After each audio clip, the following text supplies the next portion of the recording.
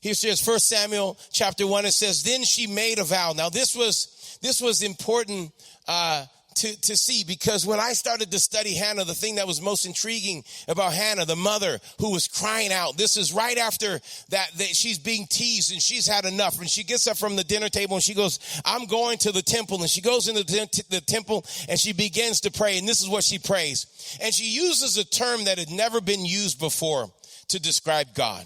She used a term to describe God that mankind had never encountered. This term had never been encountered by anyone. I would think, just as you read it, I would think that a man who was going to war would have called on the name of this God. But look what it says. It says, then she made a vow, O God of the angel armies. In some translations, she called out to the Lord of hosts. To the Lord of hosts.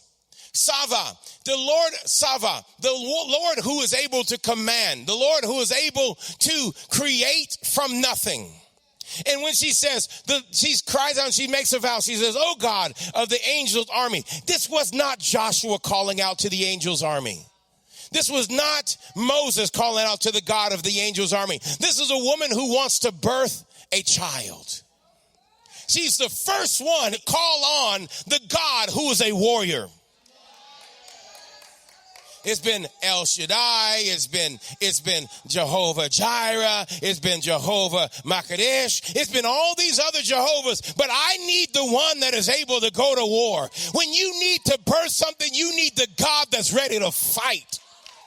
Don't be shy, women. Stand up today and say, I want the God, the Lord Sava.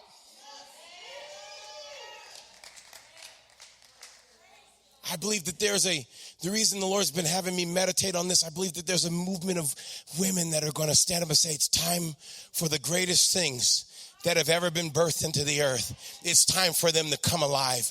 And we're not going to be that passive, silent doormat anymore. I am anointed to birth things. I have faith that pulls from the invisible into this realm of the seeing. I have faith to do it. It's who I am. It's in my being. It's like my very works. It's in my body. It's my hard drive and my software. I'm anointed. Anointed to birth something. I'm anointed to dream bigger than anybody else. And she called on this God because she was in a pain that no one had ever felt before. She was in an urgency that no one ever encountered before. See, when you've gone through something that no one else goes through, you are able to call on a name that no one knows. No one knew that name because they'd never had that pain. Why am I going through this? Because you're about to have a revelation of God that no one else knows. You're about to see something that no one else, there are no name that no one else has ever called on because no one has ever gone through the pain you've gone through. The power of invention is your pain. The power of birthing is your pain. The power of creation is your pain. The other thing I want you to understand is she wanted that God that would fight. That was going to love her enough to fight for her. Give me the God that has commanded angels that are warring. I thought to myself, how many times has God actually gone to war with these angels? I mean, these angels are sitting around waiting for someone to have some babies. I mean, literally, there's no wars going on in heaven right now. And yet he has a whole army. What is this army for? It's to birth things. It's to birth your business, Julaine.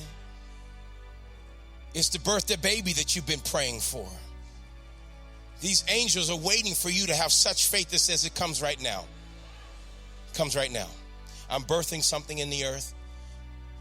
I've learned a lot from Hannah this year. I've never been mesmerized by someone more than Hannah. I'm blown away by her. That she would have the audacity to stand in front of God's throne and say, you send me now.